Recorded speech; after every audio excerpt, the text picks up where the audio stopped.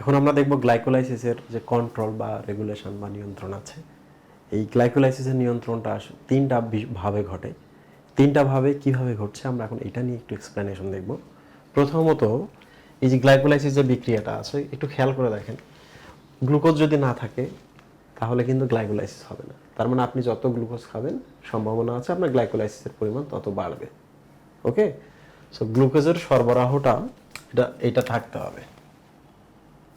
So আপনার বইয়ে কিন্তু এই প্রশ্নটা আছে, ঢাবিতে একবার এটা আসছিল রিটার্নে, যে গ্লাইকোলাইসিসের নিয়ন্ত্রণ লেখো। তো গ্লুকোজের সরবরাহ। 2 নম্বর হচ্ছে একটু খেয়াল করে দেখেন, আমরা চাচ্ছি এটিপি কিন্তু শুরুতেই এটিপি খরচ হয়ে যায়, তাই না? এটিপি খরচ হচ্ছে, এই যে এখানে এটিপি খরচ হচ্ছে।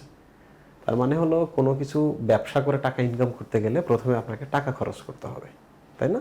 টাকা ইনকাম করতে গেলে টাকা খরচ করতে হবে। সো এটিপি তৈরি করতে গেলে প্রথমে যে এটিপি খরচ হচ্ছে, আপনি এটা যত দ্রুত করতে পারবেন তত আপনার গ্লাইকোলাইসিসটা দ্রুত চলতে থাকবে। তার মানে হলো আপনি বিজনেস করতে চান, যত দ্রুত টাকা আসবে আপনি বিজনেস শুরু করে দিতে পারবেন। সো এটিপি সরবরাহে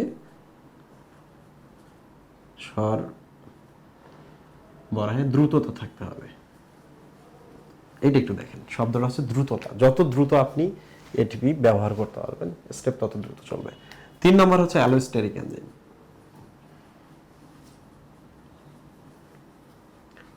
অ্যালোস্টেরিক এনজাইম সেটা হলো এই পুরো ধাপটা আপনি দেখতে পাচ্ছেন, এই যে এখানে একটা এনজাইম আছে, আপনারা দেখবেন এখানে আছে ম্যাগনেসিয়াম, এখানেও আছে ম্যাগনেসিয়াম, বাট এটা ডিফারেন্ট ভাবে কাজ করে।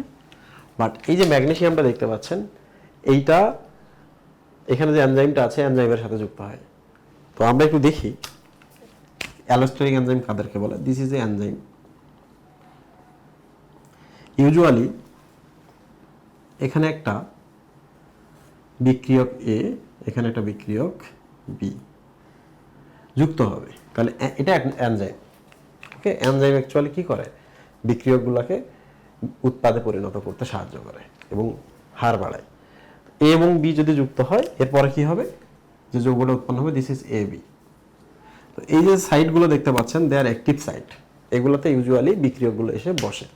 কিন্তু এই এনজাইমটা শুরুতে কিন্তু এরকম ছিল না। তো আমি একটা ছবি এখানে দেখাই, এটার আগের অবস্থা যেটা সেটা এই যে এরকম ছিল।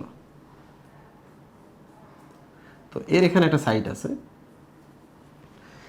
এই সাইটে এসে এই ম্যাগনেসিয়ামটা বসলো, দিস ইজ ম্যাগনেসিয়াম। শুধু যে ম্যাগনেসিয়াম তা না, ম্যাগনেসিয়াম সাইট্রেট এবং অন্যান্য জিনিস এসে এখানে বসতে পারে। তো আপনি ম্যাগনেসিয়ামটা যদি বসান তাহলে সাথে সাথে কিন্তু ড্রামাটিক ভাবে এর শেপটা চেঞ্জ হয়ে যায়, এইরকম হয়ে গেল, তাই না? আপনি দেখেন ম্যাগনেসিয়াম বসার আগে এরা কি ছিল, চারকোনা টাইপের ছিল। তো এখন দেখেন আগে যদি এইরকম কিছু এসে বসতে পারতো, এখন কিন্তু এগুলো বসতে হবে। ধরা যাক this is A, this is B, আপনি তো চাচ্ছেন এ বি যুক্ত হোক, তাই না? তাহলে এই এনজাইমটার সাইডটা কিন্তু আগে চারকোনা ছিল, তখন এ বি এসে বসতে পারছিল না। যে না এই ম্যাগনেসিয়াম আসলো সাথে সাথে তাদের দেখেন সাইটগুলো, অ্যাক্টিভ সাইটগুলো, সক্রিয় স্থানগুলো চেঞ্জ করে ফেললো, নিজেকে কনফার্মেশনাল একটা চেঞ্জ হইলো। তখন এসে কিন্তু এ এখানে বসতে পারবে, বি এখানে বসতে পারবে, যেটা আমরা এখানে দেখলাম, এবং একটা যৌগ উৎপন্ন হবে, this is called AB. So আমরা বুঝলাম যে সক্রিয় সাইট ছাড়াও কোনো একটা বিক্রিয়ার যে এনজাইম আছে, সক্রিয় সাইট ছাড়াও আরও একটা সাইট বা স্থান থাকে যেখানে অন্য কেউ এসে বসে। ও বসার সাথে সাথে এই এনজাইমটা অ্যাক্টিভেট হয়ে যায়, নিজেকে চেঞ্জ করে, বিক্রিয়ায় অংশ নিতে পারে। এর যদি আপনি সরান তাহলে ও নিজেকে চেঞ্জও করতে পারবে না, এ বি ঘোরাঘুরি করে কোনো লাভ নাই, তারা এসে ওখানে বসতে পারবে না। তো এ এসে যেহেতু এনজাইমটাকে চেঞ্জ করে দিল, তাহলে আমরা বলতে পারি এই জিনিসগুলো এসে এনজাইমকে সক্রিয় করে কিংবা এনজাইমের কাজের গতি বাড়ায়। কিংবা দেখেন এখানে আরেকটা সাইট আছে, এখানে এসে যদি কেউ এখন বসে, ধরা যাক এটা একটা ইনহিবিটর যার দায়িত্ব হলো বিক্রিয়া থামাও, সে এসে যেই না বসবে সাথে সাথে দেখেন এই যে এগুলা এইরকম হয়ে যাবে, এবার কিন্তু এবি বাইর হয়ে যাবে, তাহলে এবি চাইলে আর বিক্রিয়ায় অংশ নিতে পারবে না।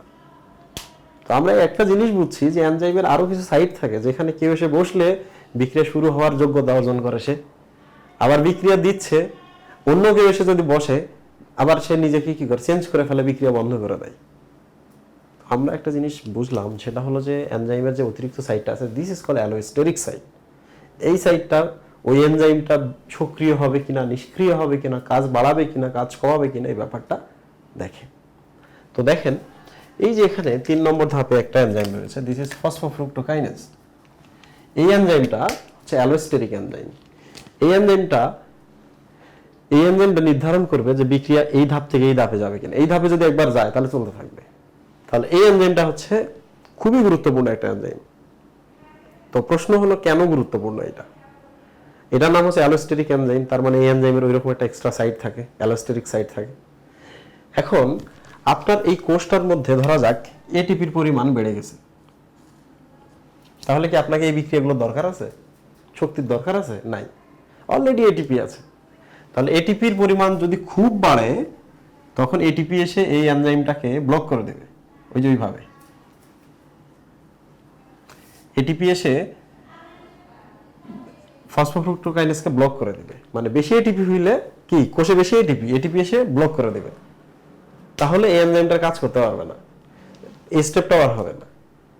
আর যদি এনজাইম এটিপির পরিমাণ কমতে থাকে, অল্প এটিপি, তখন কোনো সমস্যা না, অল্প একটি এটিপি আসবে, এসে সাহায্য করতেছে, পরের ধাপে চলে যাচ্ছে।